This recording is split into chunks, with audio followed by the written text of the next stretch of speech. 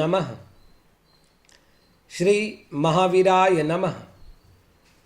श्री द्वादशांग श्रुतदेव्यै नमः। आचार्य श्री आदिसागर महावीर कीर्ति सन्मति सागर गुरुभ्यो नमो नमः। प्रिय धर्मात्मन, आचार्य श्री मानतुंग जी महाराज के द्वारा रचित भक्तामर नामक महास्तोत्र में भगवान के महान वैभव का वर्णन चल रहा है।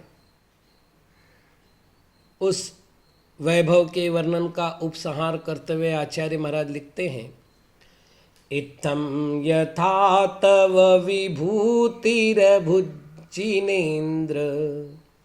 धर्मोपदेशन विधौ न तथा परस्य यादृक् प्रभादिन कृतः प्रहतान्धकारा तादृक् कुतो ग्रहगणस्य विकासिनोऽपि।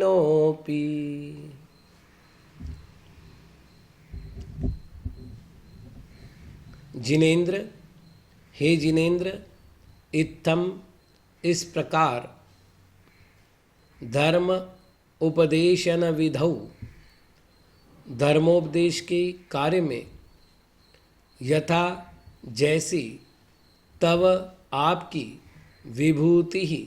विभूति अभूत हुई थी तथा वैसी परस्य किसी दूसरे की नहीं हुई थी। अंधकाराः अंधकार को प्रहत नष्ट करने वाली यादृक् जैसी प्रभा दिनकृतः सूर्य की होती है, तादृक् वैसी विकाशिनः प्रकाशमान अपि भी ग्रहगणस्य अन्य ग्रहों की कुतः कहाँ से हो सकती है, अर्थात नहीं हो सकती। टीकाकार कहते हैं, भो जिनेन्द्र, हे जिनेन्द्र, इत्थम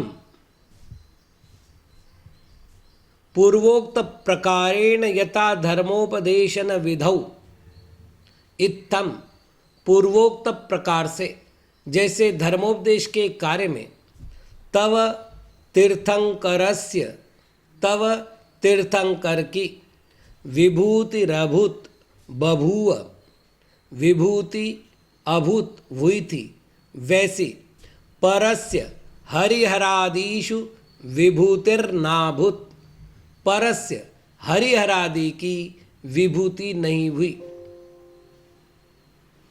धर्मस्योपदेशनम धर्मोपदेशनम तस्य विधिस्तस्मिन्, धर्म का उपदेश धर्मोपदेश है, उसकी विधि में एतद्युक्तमेव यह युक्त ही है। दिनकृतः सूर्यस्य दिनकृतः सूर्य की प्रभा दीप्तिर्यादृग्भूत प्रभा दीप्ति जैसी है। विकाशिनोपि प्रगटीभूतस्यापि ग्रहगणस्य तादृक् प्रभा कुत एव। विकाशिनोपि प्रगटीभूत हुए ग्रहगण की प्रभा वैसी कहाँ है। कथम भूता सूर्य प्रभा, कैसी है सूर्य प्रभा। प्रहतानि निराकृतानि अंधकाराणि यस्याम सा, प्रहतानि अंधकार का निराकरण किया है जिसने, ऐसी है। भगवान का अशोक वृक्ष नामक प्रातिहार्य भगवान की शोक विहीनता का प्रतीक है। भगवान का सिंहासन नामक प्रातिहार्य भगवान के त्रिजगत पूज्यत्व का प्रतीक है। भगवान का छत्रत्रय नामक प्रातिहार्य भगवान की जगत तापहारिता का प्रतीक है।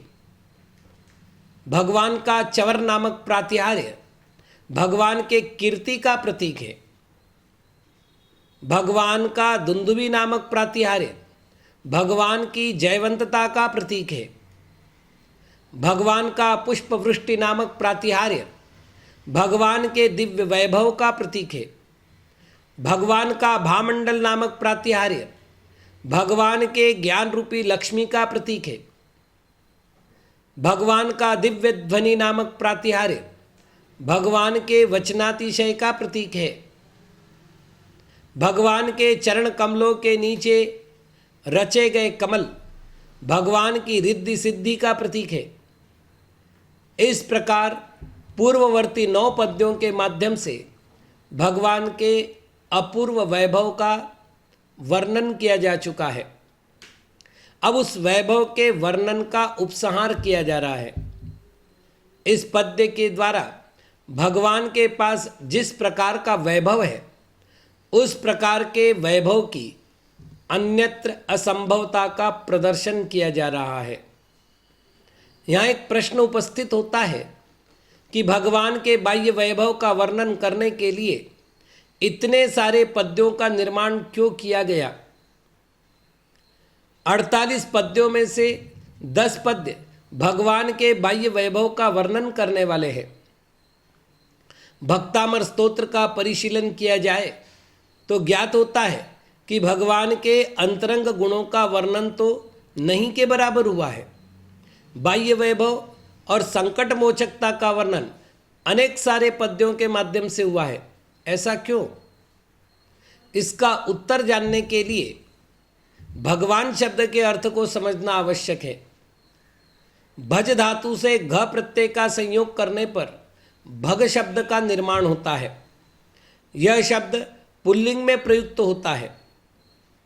कोशकारों ने इस शब्द के सूर्य के 12 रूपों में से एक, चंद्रमा, शिव का रूप, भाग्य, प्रसन्नता, समृद्धि, मर्यादा, प्रसिद्धि, सौंदर्य, श्रेष्ठता, प्रेम, आमोद, स्त्री की योनि, सद्गुण, धार्मिक भावना, नैतिकता, प्रयत्न, इच्छा का अभाव, मोक्ष, सामर्थ्य, सर्वशक्तिमत्ता इत्यादि अर्थ ग्रहण किए हैं। आचार्य श्री वीरसेन जी महाराज ने धवला में भग शब्द से ज्ञान और दर्शन ये 2 अर्थ ग्रहण किए हैं। भगवान शब्द का अर्थ करते समय अनेकार्थ नाममाला नामक ग्रंथ में पंडित प्रवर श्री धनंजय जी ने लिखा है कि ऐश्वर्यस्य समग्रस्य वीर्यस्य यशसः श्रियः वैराग्यस्यावबोधस्य षण्णाम्बग इति स्मृतः। अर्थात ऐश्वर्य, संपूर्ण वीर्य, यश, श्री, वैराग्य और अवबोध, इन 6 अर्थों में भग शब्द का प्रयोग होता है। भग शब्द के साथ वतु प्रत्यय का प्रयोग करने पर भगवान शब्द का निर्माण होता है। वतु प्रत्यय का प्रयोग स्वामी अर्थ में होता है। जो भग का स्वामी हो उसे भगवान कहते हैं। भगवान वही हो सकता है जो अपूर्व वैभव का धारक है, क्योंकि भग शब्द का एक अर्थ ऐश्वर्य भी है।